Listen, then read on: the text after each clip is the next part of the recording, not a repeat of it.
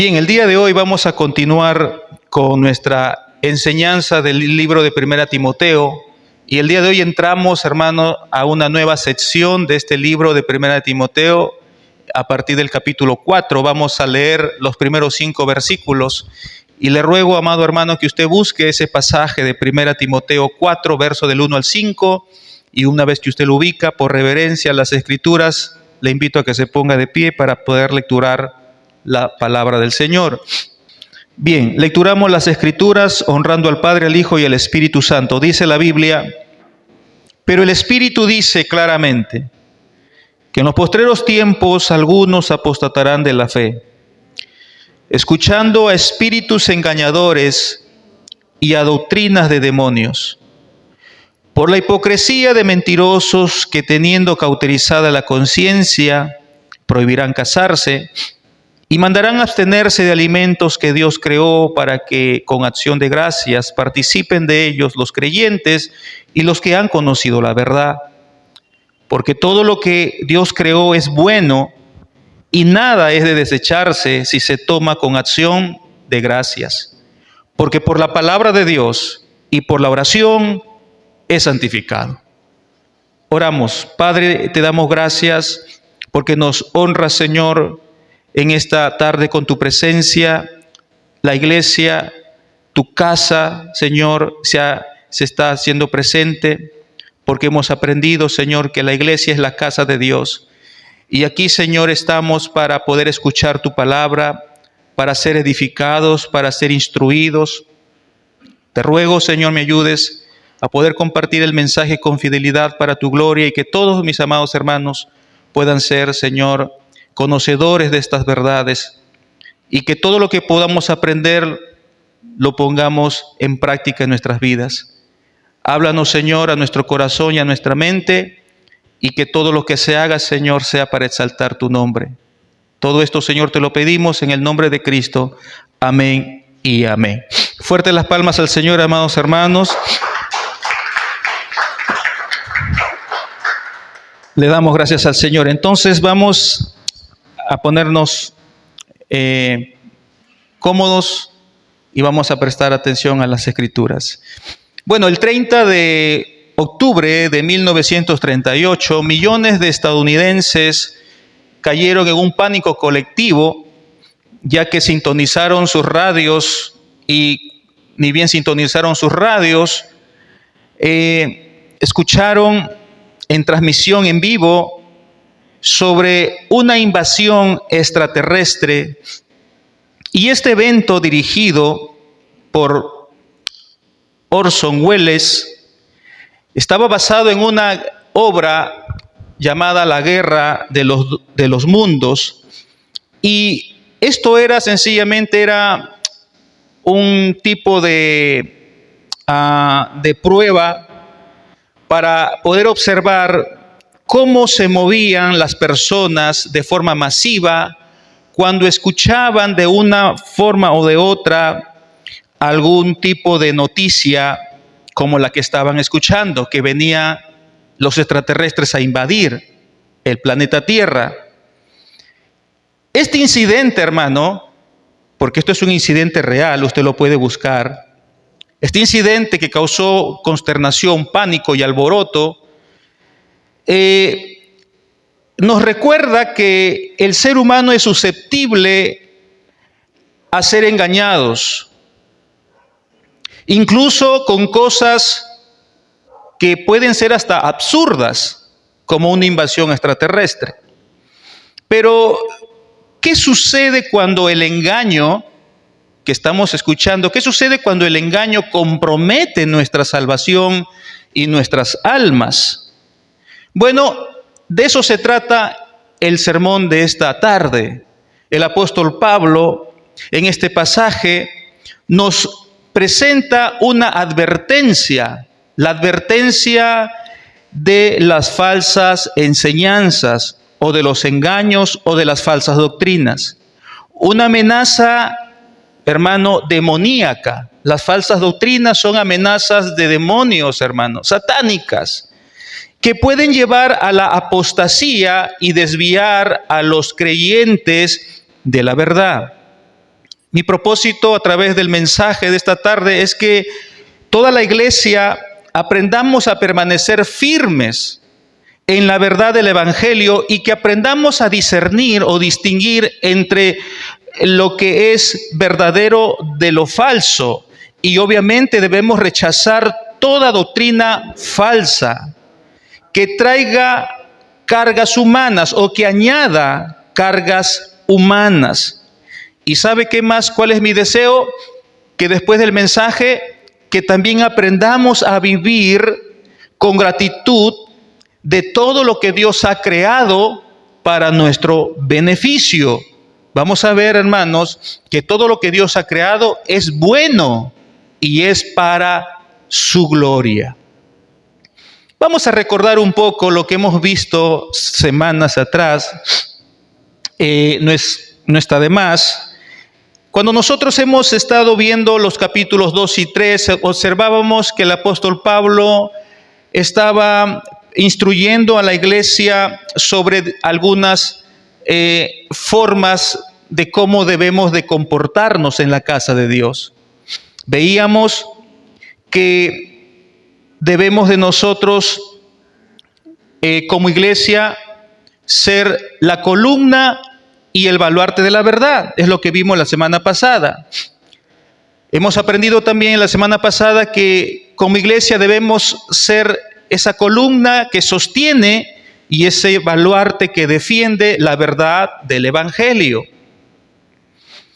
Pero seguidamente a eso, que lo encontramos en el capítulo 3, versículo 15, seguidamente a eso, vemos en el versículo 16 que Pablo presenta un misterio y lo presenta con la siguiente frase: e indiscutiblemente grande es el misterio de la piedad. En este versículo encontramos 6 verdades doctrinales que usted y yo debemos de sostener y defender. Y esas 6 verdades doctrinales están apuntando a Jesucristo. Y hemos visto que en el versículo 6 nos presenta que Jesucristo fue manifestado en carne, fue justificado en el Espíritu, fue visto de los ángeles, fue predicado a los gentiles, fue creído en el mundo, fue recibido arriba en gloria. Quiero que usted observe algo, que el apóstol Pablo termina el capítulo 3, hermanos, motivándonos a sostener y defender la verdad. Y empieza el capítulo 4 advirtiéndonos del peligro de la falsa doctrina. Y ese es el título, ese es el tema de nuestro sermón de esta tarde. El título de nuestro sermón es El peligro de la falsa doctrina. El peligro de la falsa doctrina. Bueno, he dividido este mensaje en 5 puntos que quiero presentarlos a ustedes. Los 5 puntos que veremos el día de hoy es la advertencia del Espíritu. En segundo lugar, el origen de la apostasía. Tercer lugar, los falsos maestros y su carácter. Luego veremos el contenido de la falsa doctrina y terminaremos observando la bondad de lo que Dios creó. Hoy vamos a ver 5 puntos y no se preocupe que no es tan extenso. Son algunos puntos, voy a quizás a demorarme un poquito más que otros van a ser un poco más cortos. Bueno, entremos entonces al primer punto. El primer punto se titula La advertencia del Espíritu. Vamos a lecturar nuevamente el capítulo 4 y el versículo 1, pero la primera parte de ese versículo de 1 Timoteo. Dice: pero el Espíritu dice claramente que en los postreros tiempos algunos, ¿qué dice? Apostatarán de la fe. Algunos apostatarán de la fe. No dice todos, dice algunos. Pero vamos a observar, o quiero que aprendamos todos, ¿qué es apostatarán? ¿O a qué se refiere con esa palabra? ¿Qué es apostatar? Bueno, hablar de apostatar tiene que ver mucho con la acción de la apostasía o de cometer apostasía. El vocablo griego para apostasía es afistemi. Y afistemi significa irse de, eso significa irse de, o también podemos entenderlo como apartarse de la posición que antes ocupaba para ir a otro lugar. Apartarse de la posición que antes ocupaba para ir a otro lugar. Apostatar, amados hermanos, se refiere a la acción de apartarse, pero mire, apartarse intencional y deliberadamente de la verdad que en un tiempo abrazó y practicó para ir a un lugar diferente. Es apartarse. La apostasía es el apartamiento, es el apartarse, el irse, el abandonar ese conjunto de enseñanzas que están centradas en el Evangelio por abrazar la mentira y el engaño. Jesucristo, en cierta oportunidad, reunido con sus discípulos, usó este mismo vocablo griego, afistemi, y lo podemos leer en Lucas capítulo 8, versículo 13. En la pantalla también sale, por si acaso. Lucas 8:13 dice: los de sobre la piedra son los que, habiendo oído, reciben la palabra con gozo, pero estos no tienen raíces. Creen por algún tiempo y en el tiempo de la prueba se apartan. Afistemi, se apartan. Esta es una porción de la famosa parábola del sembrador. ¿Se acuerda de la parábola del sembrador? Que un grupo de semilla cayó entre espinos, otro junto al camino, otro entre las rocas, y otro dice que cayó en buena tierra. Bueno, aquí nos está hablando de esa porción de semilla que cayó sobre la piedra. Y dice Jesucristo que son los que habiendo oído, hermano, el Evangelio, reciben la palabra con gozo. Pero estas personas no se enraizan, no tienen raíz. Es decir, su cristianismo es superficial, hermano. Están solamente allí, encimita. Y por eso cuando viene la prueba, se apartan, se van. Dirán, esto no es conmigo. En el mundo estaba mejor. Entonces, amados hermanos, un apóstata es alguien que deliberadamente decide apartarse de la fe bíblica que un tiempo había abrazado y que estaba practicando, que usted lo veía, que estaba con usted, caminaba con usted, usted veía que oraba, usted veía que cumplía con la obediencia de los mandamientos del Señor, pero terminó abandonando esa fe.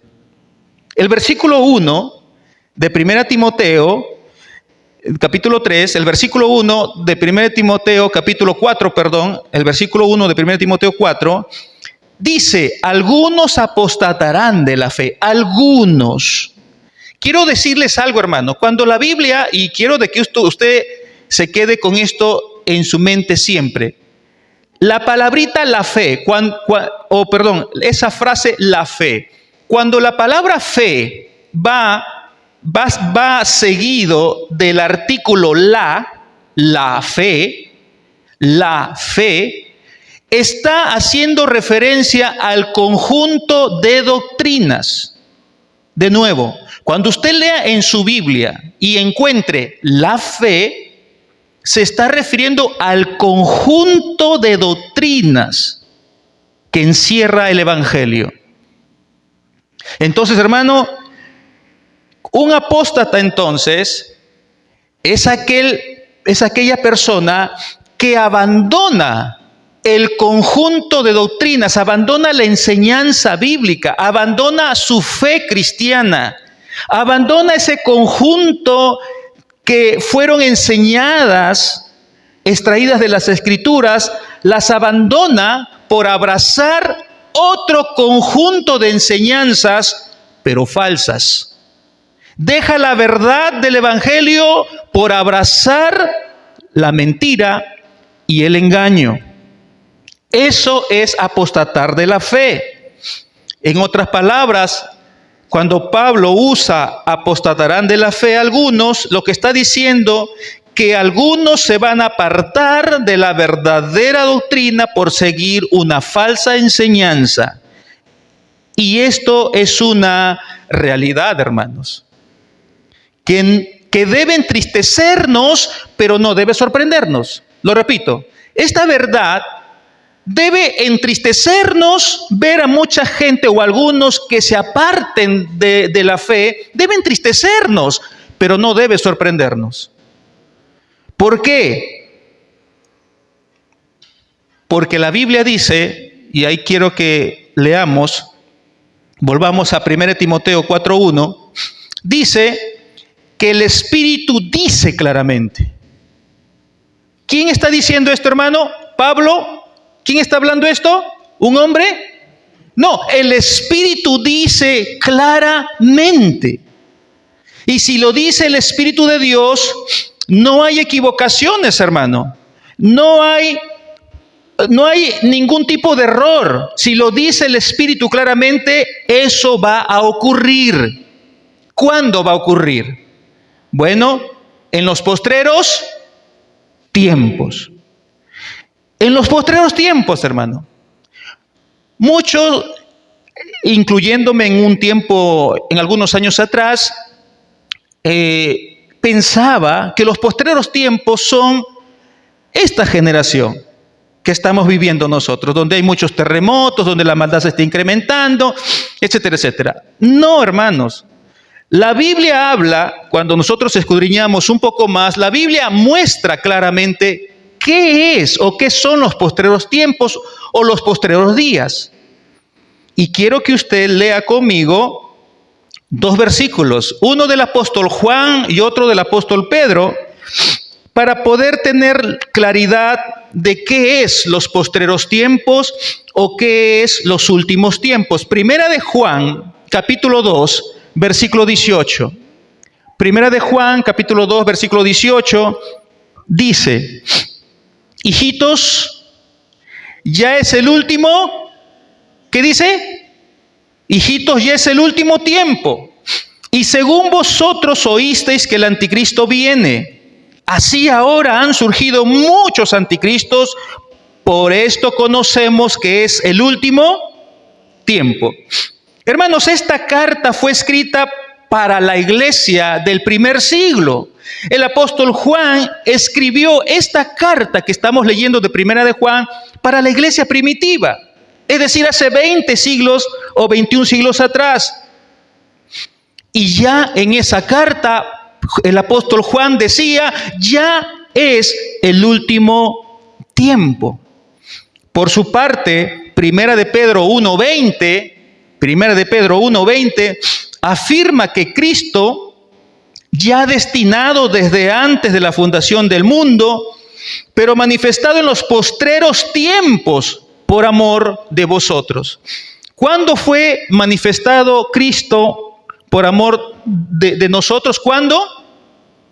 En los postreros tiempos. Hermano, este versículo que estamos viendo dice claramente que Cristo fue manifestado, fue hecho evidente su presencia física humana a los judíos en los postreros tiempos. Lo que confirma que desde que Cristo vino por primera vez a esta tierra, se considera los postreros tiempos. ¿Quedó claro? ¿Cuándo entonces empiezan los postreros tiempos? Cuando vino Cristo por primera vez. ¿Y cuándo terminará los postreros tiempos? Cuando vuelva en su segunda venida. Así que, amados hermanos, ya vamos más de 2000 años de los postreros tiempos. Ya vamos más de 2000 años. La advertencia del Espíritu, que no nos debe sorprender, pero sí nos debe causar tristeza, es que, hermano, durante la época de la iglesia, escúcheme, durante la permanencia de la iglesia en esta tierra, algunos apostatarán de la fe. Algunos van a dejar la verdad del Evangelio por seguir la mentira y el engaño. Pero aquí salta una pregunta. ¿Por qué razón pasa esto? ¿Por qué razón pasa lo que estamos viendo de la apostasía? Bueno, esto me da pie a poder ir al segundo encabezado, que tiene como título, el segundo punto, el origen de la apostasía. ¿Cuál es el origen de la apostasía? Y vamos a continuar leyendo el versículo 1 que nos quedamos del capítulo 4. Vamos a leer. Escuchando a espíritus, ¿qué dice? Engañadores y a doctrinas de demonios. ¿Por qué algunos van a apostatar de la fe? Porque van a escuchar a espíritus engañadores que traen doctrinas diabólicas, demoníacas. Hermanos, no hay duda, y quiero que eso, hermano, quede muy grabado en su mente y en su corazón. Gracias, hermano. No hay duda que la apostasía tiene un origen demoníaco, hermano. La apostasía tiene un origen diabólico, demoníaco, satánico.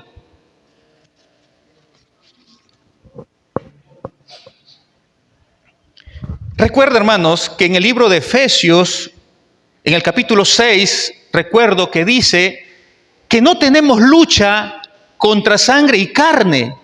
¿Contra qué es tu lucha, hermano creyente?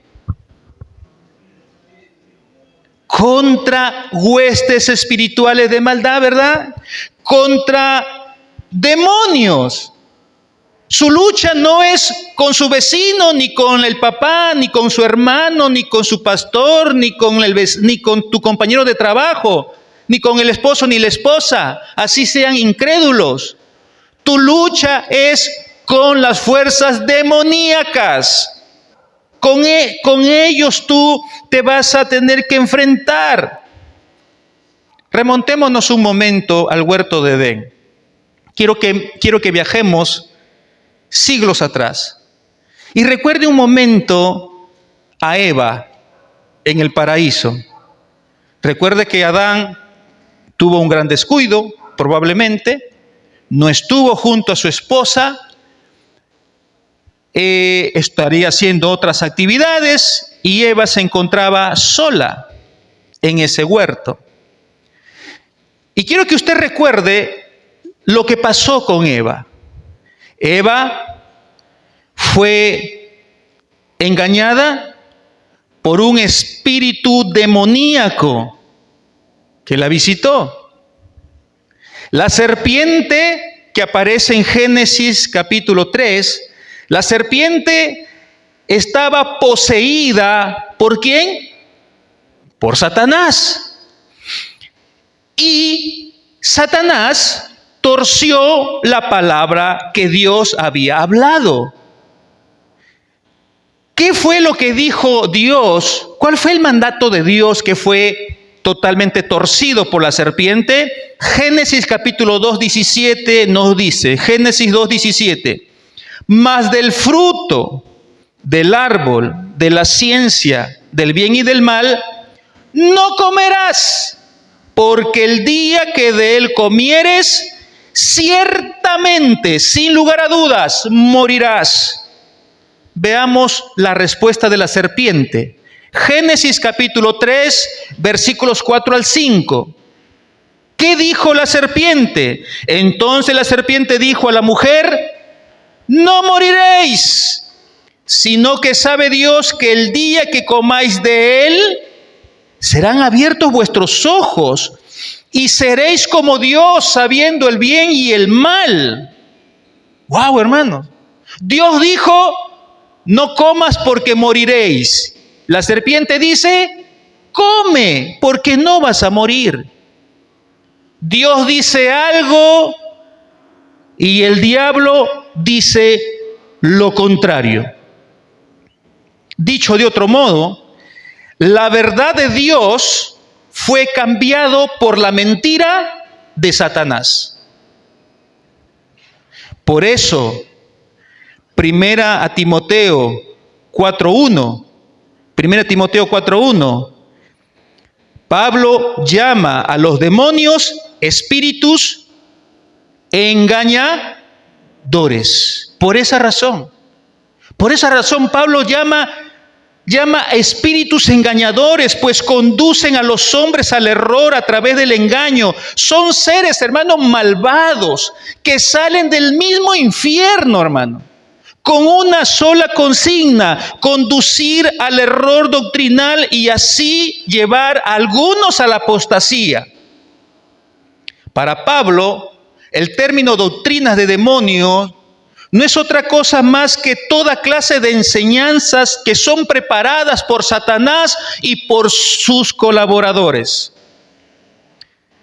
para confundir a algunos y a algunos llevarlos al error doctrinal. En el día de hoy podemos calificar algunas doctrinas de demonios.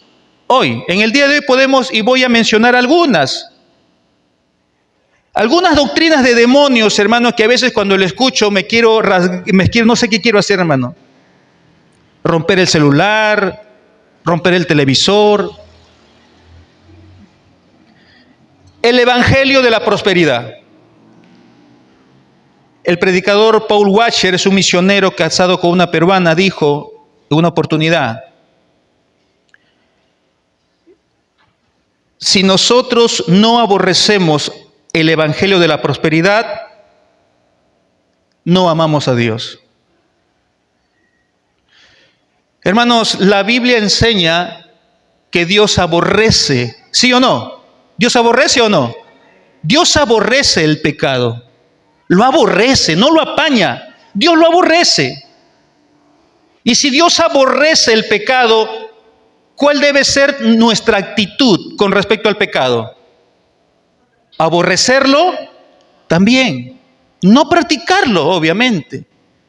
Entonces, hermanos, una doctrina satánica, una doctrina de demonios es el evangelio de la prosperidad. Siembra para que luego coseches. Hay muchos predicadores, hermanos, que se encargan de enriquecerse y de sacar dinero a la gente incauta, prometiendo milagros, prometiendo que tú vas a hacer, sabe Dios qué tanta cosa, pero creer al Señor. Trae todo lo que has traído hoy, siembra en mi ministerio. Hubo una mujer que se dice profeta llamada Ana Méndez, que sacaba, hermano, dinero de mucha gente, los de $5,000 aquí, los de $1,000 aquí, los de 500 aquí. Yo tengo $100, no, tú no. Hermano, eso es terrible. El evangelio de la prosperidad es una doctrina de demonio, hermano. El decrétalo y decláralo. La confesión positiva.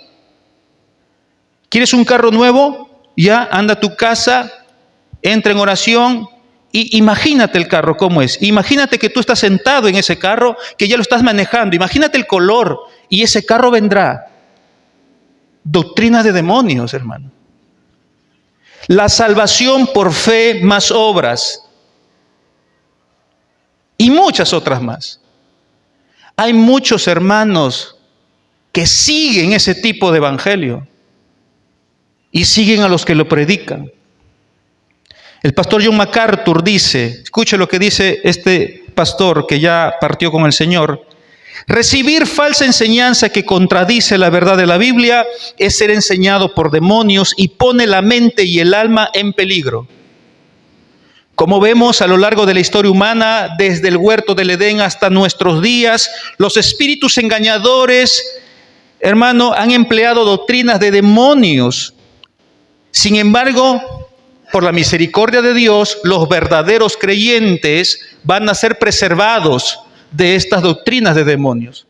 Judas, la carta de Judas, en el versículo 24, dice lo siguiente. Judas, versículo 24, dice: y aquel, hablando de Dios, de Jesucristo, del Padre, del Espíritu Santo, y aquel que es poderoso para guardaros sin caída y presentaros sin mancha delante de su gloria con gran alegría. Hermanos, Cristo va a preservar a los que somos de Él. Lo repito, Cristo va a preservar, va a cuidar, va a proteger de estas doctrinas de demonio a los que somos de Él. Pero los espíritus engañadores no trabajan solos, porque son espíritus, ¿no? ¿Usted puede ver un espíritu?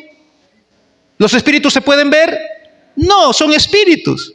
Los espíritus engañadores no trabajan solos, necesitan de un agente físico. En otras palabras, necesitan de personas, de seres humanos, de carne y hueso, para llevar a cabo su engaño. Y esto me conduce al tercer punto del mensaje. El tercer punto del mensaje es los falsos maestros y su carácter. Vamos a ver un poco de los falsos maestros y su carácter. Lea conmigo el versículo 2 de 1 Timoteo 4, versículo 2. Por la hipocresía de mentirosos, versículo 2, que teniendo cauterizada la conciencia, la hipocresía de mentirosos. Ahí está hablando ya de seres humanos, de personas. Hermano, las falsas enseñanzas demoníacas son presentadas por seres humanos. Pudieran ser grandes y bonachones guías religiosos que dan apariencia de piedad, que están, hermano, visiblemente tienen apariencia de ovejas, pero por dentro son lobos rapaces. Pero ¿cuáles son estas características de estos falsos maestros o falsos creyentes? Según ese versículo, ¿qué nos dice que son estas personas? Son hipócritas, hermano. Una característica de los falsos maestros es que son hipócritas, tienen una doble cara y hablan mentiras. El versículo 2 dice: por la hipocresía de mentirosos. Recuerde que Jesús llamó a los falsos maestros de la ley, ¿se acuerdan? Los falsos maestros de la ley, los escribas y fariseos, Jesús los llamó hipócritas. Lea conmigo, y eso no lo tengo en la diapositiva. Vamos a Mateo, capítulo 23. Mateo 23, versículo, vamos a leerlo del 23 nada más, del 23 al 33. Mientras usted lo encuentra, yo voy leyendo. Mateo 23, verso 23 al 33. Ay de vosotros, escribas y fariseos, hipócritas, porque diezmáis la menta y el eneldo y el comino, y dejáis lo más importante de la ley, la justicia, la misericordia, la fe. Esto era necesario hacer sin dejar de hacer aquello. Verso 24, guías ciegos que coláis el mosquito y tragáis el camello. Verso 25, ay de vosotros, escribas y fariseos hipócritas, porque limpiáis lo de afuera del vaso y del plato, pero por dentro está lleno de robo y de injusticia. Fariseo ciego, limpia primero lo de dentro del vaso y del plato, para que también lo de fuera sea limpio. Verso 27, ay de vosotros, escribas y fariseos hipócritas, porque sois semejantes a sepulcros blanqueados, que por fuera la verdad se muestran hermosos, mas por dentro están llenos de huesos de muerto y de toda inmundicia. Verso 28, así también vosotros por fuera la verdad os mostráis justos a los hombres, pero por dentro está lleno de hipocresía e iniquidad. Ay de vosotros, escribas y fariseos hipócritas, porque edificáis los sepulcros de los profetas y adornáis los monumentos de los justos, y decís, si hubiésemos vivido en los días de nuestros padres, no hubiéramos sido sus cómplices en la sangre de los profetas. Así que dais testimonio contra vosotros mismos de que sois hijos de aquellos que mataron a los profetas. Vosotros también llenad la medida de vuestros padres. Serpientes, generación de víboras, ¿cómo escaparéis de la condenación del infierno? Wow, hermano. Así hay muchos hoy en día, hipócritas, que tienen apariencia de piedad, tienen apariencia de ser buenos líderes, que hablan de santidad, del amor, ven por tu milagro, pero hermano, tienen una doble vida. Hay muchos que tienen una doble vida. Les llaman siervos de Dios, pero verdaderamente solamente se sirven a sí mismos. Son envidiosos, calumniadores, egoístas, orgullosos, mentirosos. Pero ¿sabe cuál es lo más peligroso de estas personas? Es su falsa enseñanza que desvía al pueblo cristiano. Eso es lo más peligroso de un falso maestro. El versículo 2 agrega algo más de los falsos maestros, que usted lo tiene en la pantalla. El versículo 2 agrega algo más, que tienen cauterizada, ¿qué tienen cauterizada? La conciencia. Lo que bien podría entenderse que como que tienen una conciencia insensible, que no son capaces de discernir entre lo bueno y lo malo a la luz de las Escrituras. No pueden discernirlo. No tienen la capacidad de discernir entre lo bueno y lo malo según la Biblia. ¿Por qué? Porque su mente y su corazón está cauterizada. Nuevamente voy a ir a un comentario del pastor MacArthur. Él dice lo siguiente: la conciencia de los falsos maestros es tan ignorada y desorientada que se ha vuelto como cicatrices. Se han vuelto insensibles esas conciencias. Con una conciencia cicatrizada no sienten culpabilidad ni remordimiento al presentar sus falsas doctrinas. No les importa estudiar la Escritura. No les interesa si realmente lo que van a decir es lo que la Biblia dice. Ellos se paran y hablan. No les importa si están enseñando la verdad. Solamente quieren tener apariencia de piedad. Hermanos, y por más que se les demuestre que están en un error doctrinal, no lo aceptan. No van a aceptar ningún tipo de corrección. Lo rechazan. ¿Saben por qué rechazan ser corregidos? No solamente porque son, soberbios, sino porque su conciencia ha sido cauterizada. No entienden. Su conciencia ha sido cauterizada. Hermanos, la falsa enseñanza, usted y yo debemos de aprender a discernir, porque es muy peligroso. Veamos el cuarto punto. ¿Qué enseñan estos falsos maestros? Veamos el contenido de la falsa doctrina. Lea conmigo el versículo 3 ahora. El versículo 3 del capítulo 4 de 1 Timoteo. Vamos a leer la primera partecita. Dice, ¿qué van a decir ellos, los falsos maestros? Prohibirán casarse y mandarán abstenerse de alimentos que Dios creó. Hasta ahí nomás. Prohibirán casarse y mandarán abstenerse de alimentos. Hermano, quiero que usted sepa algo. Cualquier persona, sea que esté en un púlpito, sea que esté donde quiera que usted lo encuentre, cualquier persona que enseñe algo que se oponga a las Escrituras, se debe de considerar como una enseñanza diabólica. Diabólica. Cualquier enseñanza que vaya en contra de lo que la Biblia realmente enseña, usted debe de considerarlo como una enseñanza diabólica, hermano.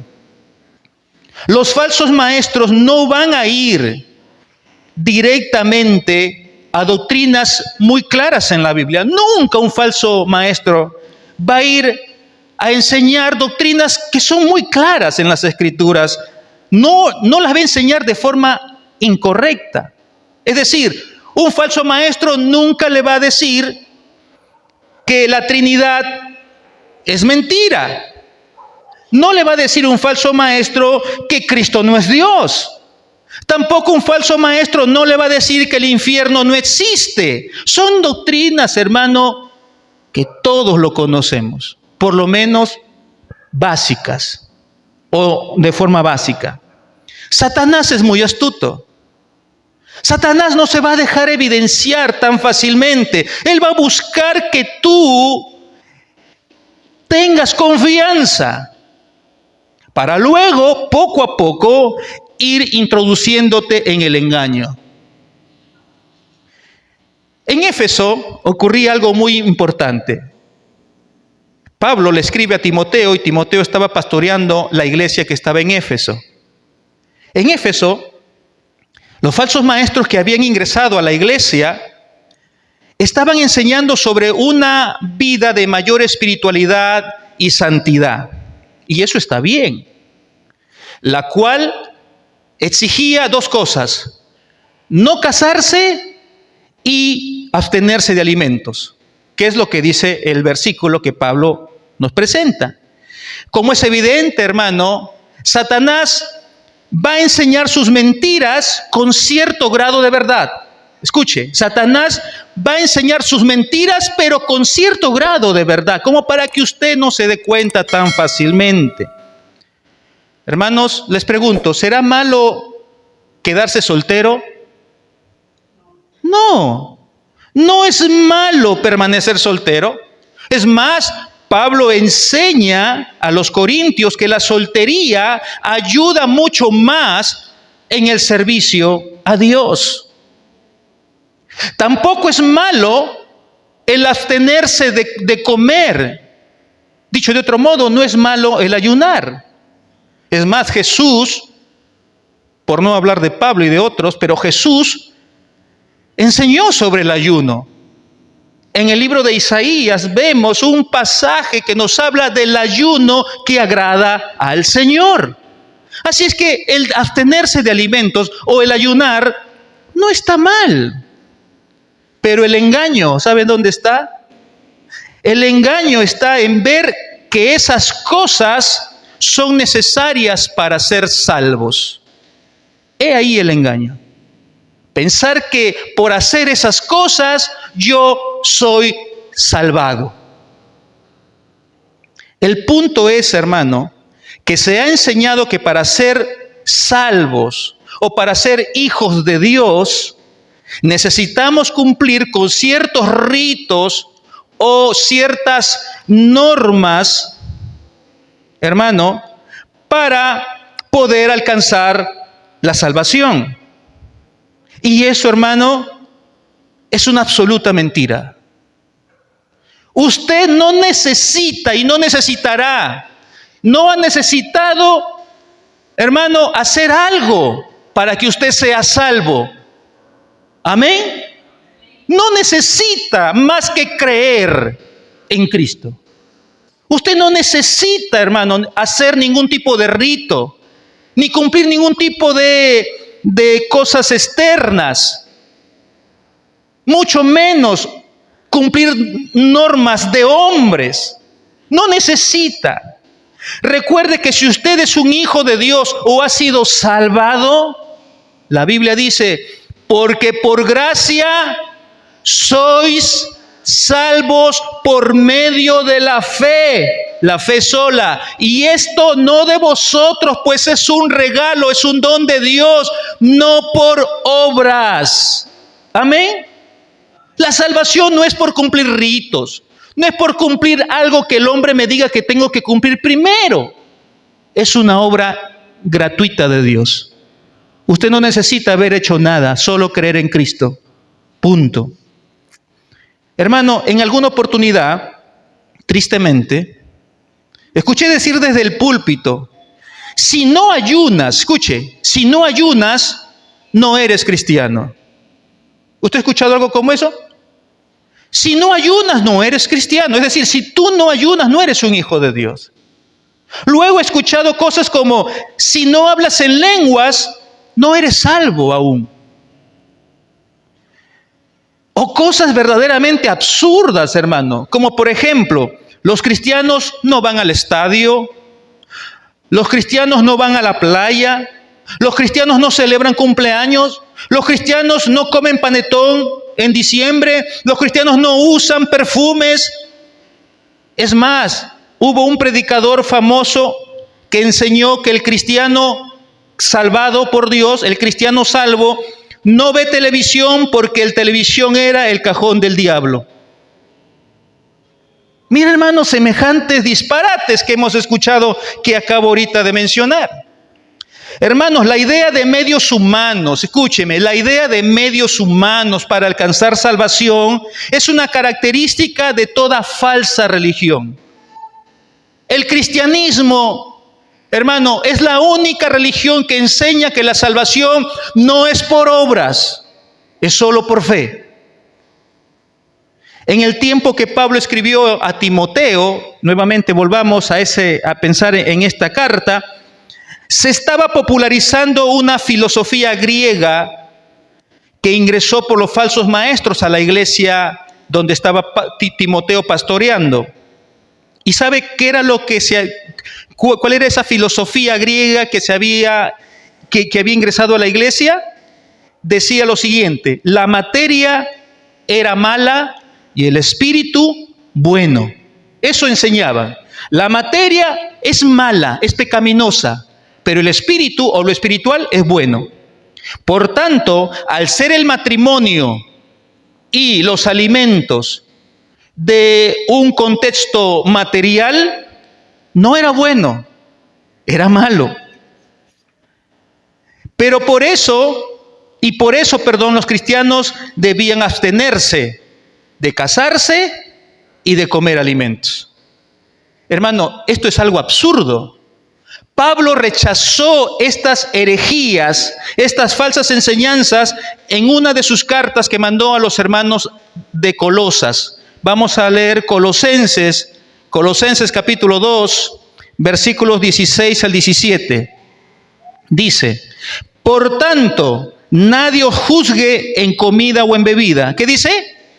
Nadie os juzgue en comida o bebida, o en cuanto a días de fiesta, luna nueva o días de reposo. Versículo 17.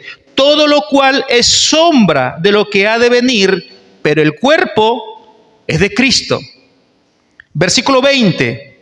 Pues si habéis muerto con Cristo en cuanto a los rudimentos del mundo, ¿por qué? Ahí viene la pregunta. ¿Por qué, como si vivieseis en el mundo, os sometéis a preceptos tales como no manejes, ni gustes, ni aun toques, en conformidad a mandamientos y doctrinas de hombres, cosas que todas se destruyen con el uso? Verso 23, tales cosas tienen a la verdad cierta reputación de sabiduría en culto voluntario, en humildad y en duro trato del cuerpo, pero no sirve de nada, no tiene valor alguno contra los apetitos de la carne. ¿Qué dice Pablo aquí en otros términos? En palabras más sencillas. Hermano, no sirve de nada para nuestra naturaleza caída, no sirve de nada que tú dejes de comer. A ver, no sé, pues, ya el famoso panetón que a veces le dan de alma a ese queque, no sé cómo llamarle, ¿no? Le dan de alma en diciembre algunos grupos de cristianos, lamentablemente, ¿no? No sirve de nada que te abstengas de comer eso. No sirve de nada si te abstienes de jugar fútbol. Claro, no sirve de nada, hermano. Esas prohibiciones que a veces nos han metido en la cabeza. No te pongas esto, no comas esto, no vayas a esto. Hermano, no sirve de nada esas cosas. Una vez más, hermano, toda falsa doctrina está en contra de la revelación de la Biblia y por eso debe rechazarse tanto al mensaje como al mensajero. Usted no puede seguir escuchando, hermano, falsas doctrinas y menos a falsos maestros. Si usted no quiere apostatar, si usted no quiere tomar un camino diferente al que usted está caminando, debe cuidar lo que escucha. Debe saber discernir si lo que le están enseñando está en la Biblia o son ideas de esa persona. Vayamos al último punto, el punto número 5, la bondad de lo que Dios creó. La bondad de lo que Dios creó. Vamos a leer ahora todo el versículo del 3 al 5. Vamos a leerlo completo. ¿Qué es lo que enseñarán esos falsos maestros que están motivados por espíritus de demonios que traen doctrinas demoníacas? Espíritus engañadores que traen doctrinas demoníacas. ¿Qué van a enseñar esos falsos maestros? Prohibirán casarse y mandarán abstenerse de alimentos que Dios creó para que con acción de gracias participasen de ellos los creyentes y los que han conocido la verdad, porque todo lo que Dios creó es, y nada es de desecharse si se toma con acción de gracias, porque por la palabra de Dios y por la oración es santificado. Hermano, Dios creó tanto el matrimonio como los alimentos para bendecir al hombre, ¿sí o no? Sí. Dios dijo que ambos, el matrimonio y los alimentos que Él creó, eran buenos. ¿Quiere que un pasaje? Uno nomás le voy a dar. Génesis capítulo 1, vamos a leer del versículo 27 al 31. Lea conmigo, ya apareció seguramente ahí. Génesis capítulo 1, verso 27 al 31. A ver. Ese pasaje, perdón, no lo tenemos. No lo tenemos. Vamos a buscarlo y dice así. Y creó Dios al hombre y les dijo, y creó Dios al hombre a su imagen. A imagen de Dios lo creó, varón y hembra los creó. Dios creó a Adán y a Eva, ¿verdad? Adán y a Eva. No creó a Adán y a Esteban. Creó a un hombre y a una mujer. Verso 28. Y los bendijo Dios a este matrimonio. Los bendijo Dios y les dijo, tengan hijos, fructificad y multiplicaos. ¿Qué más le dijo? Llenad la tierra y sojuzgadla, y señoread en los peces del mar, en las aves de los cielos y en todas las bestias que se mueven sobre la tierra. 29. Y dijo Dios, he aquí que os he dado toda planta que da semilla, que está sobre toda la tierra, y todo árbol en que hay fruto y que da semilla, y os serán para comer. Verso 30. Y a toda bestia de la tierra, y a todas las aves de los cielos, y a todo lo que se arrastra sobre la tierra, en que hay vida, toda planta verde les será para comer. Y fue así. Verso 31, lea conmigo. Y vio Dios todo lo que había hecho, y he aquí que era bueno en gran manera. Y fue la tarde y la mañana del día sexto. Dios creó el matrimonio y los alimentos. Amén, hermano. Dios lo creó. Y lo creó para bendecirnos a nosotros. Lo creó bueno en gran manera. Para que con acción de gracias, dice Pablo, volviendo a ese pasaje que encontramos ahí en versículo 3, dice, para que con acción de gracias participasen de ellos los creyentes y los que han conocido la verdad. Hermanos, disfruta, hermano lindo, hermana, disfruta de lo que Dios ha creado y hagámoslo con agradecimiento, alabando a Dios por esos regalos que Él ha creado para nosotros. Los casados que estamos aquí, que tenemos esposa, alaba a Dios por tu mujer. Las mujeres casadas, dale gracias a Dios, alaba a Dios por tu marido. El matrimonio es una creación de Dios, no del hombre.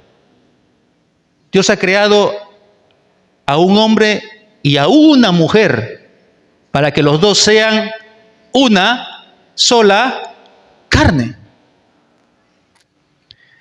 Alabemos, hermano, a Dios por eso. En el versículo 4, nuevamente Pablo afirma que todo lo que Dios ha creado es bueno y es para el disfrute de los hombres siempre que se haga de forma que glorifique a Dios. Hermano, todo lo que tú hagas con respecto a lo que Dios ha creado, a su creación, que es para bendecirte, debes hacerlo pensando en glorificar a Dios. Pregunto, ¿el matrimonio glorifica a Dios? ¿Amén? Cuando uno se casa, está glorificando a Dios. Pero la fornicación, el unirse antes del matrimonio, no glorifica a Dios. Entonces, hermano, tenemos que hacer todo para glorificar a Dios.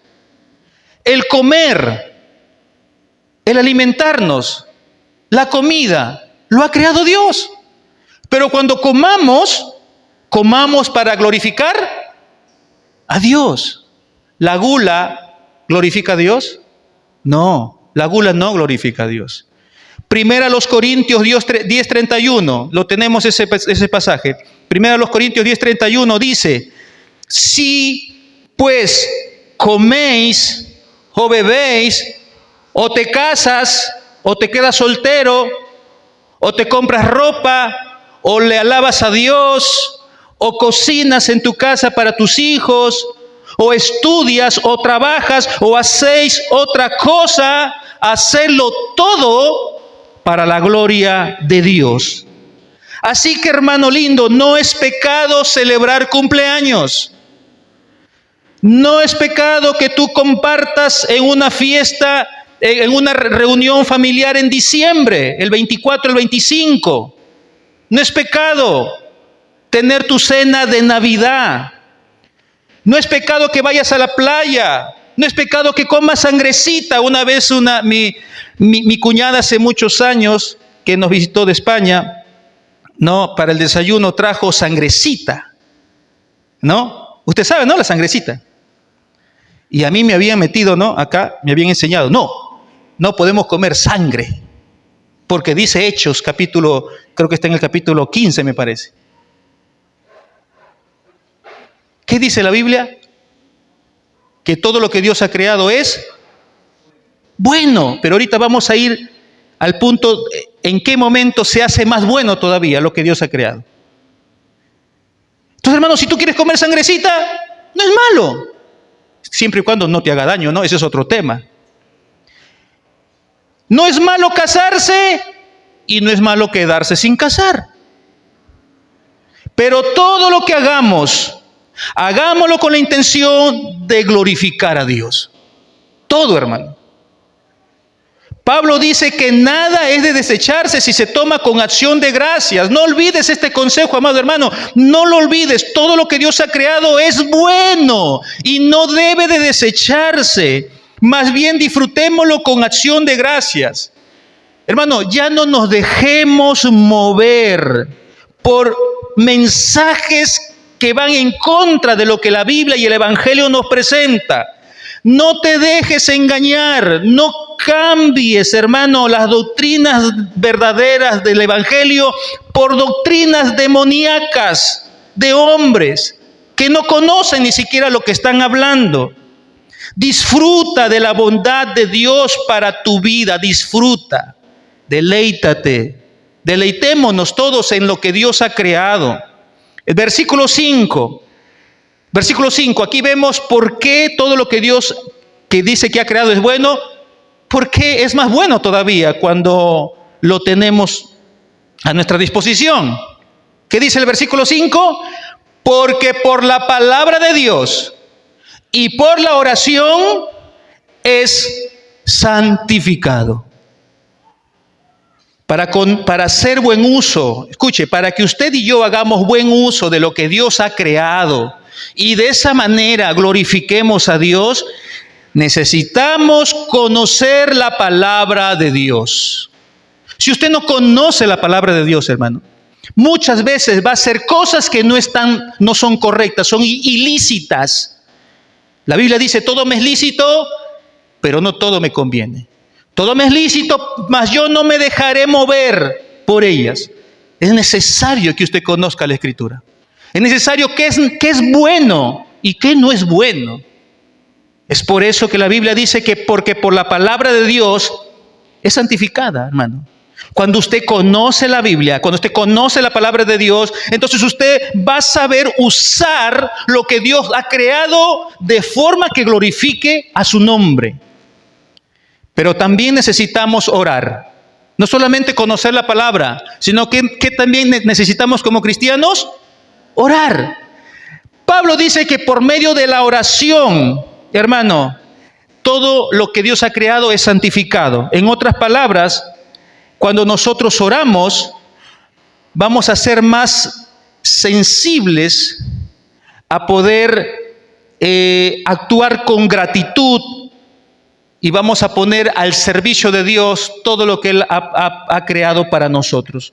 Ya sea los alimentos, ya sea tu matrimonio, ya sea tu trabajo que tienes, ya sea tus hijos, ya sea tu ministerio, ya sea todo lo que tú puedas tener a tu favor que Dios haya podido dar y hacer.